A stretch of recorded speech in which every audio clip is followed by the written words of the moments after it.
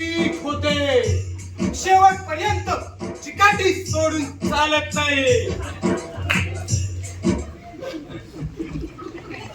फार भयंकर असतो मोरू. टोब्या, तू माझा कॉन्फिडन्स वाढवतोयस का घालवतोयस? सांग, तुला काय माहितीये? हे सांगू? हा, हे खरं सांग. आता सांगतो.